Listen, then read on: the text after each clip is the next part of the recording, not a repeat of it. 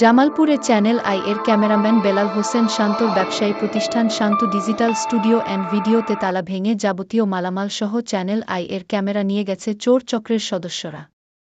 সকালে পুলিশ ঘটনাস্থল পরিদর্শন করেছেন।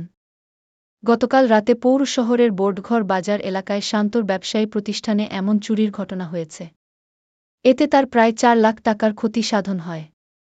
বেলাল হোসেন শান্ত শারীরিক অসুস্থার কারণে ২ সপ্তাহ ধরে জামালপুর জেনারেল হাসপাতালে চিকিৎসাধীন আছে। সুযোগ পেয়ে গতকাল রাতে চোর চক্র তার দোকানের তালা ভেঙে সব চুরি করে নিয়ে যায়। এ সময় ২টি কম্পিউটার, চ্যানেল আই এর ক্যামেরাসহ ৩টি ক্যামেরা, ৮টি মোবাইল ফোন সেটসহ প্রায় ৪ লাখ টাকার মালামাল চুরি হয়েছে বলে জানান শান্ত। জামালপুর সদর থানার অফিসার ইনচার্জ আবু ফয়সল আতিক বলেন, ঘটনাস্থল পুলিশ পরিদর্শন করেছে। আমরা দ্রুত সময়ের মধ্যে চোরকে ধরার চেষ্টা করব।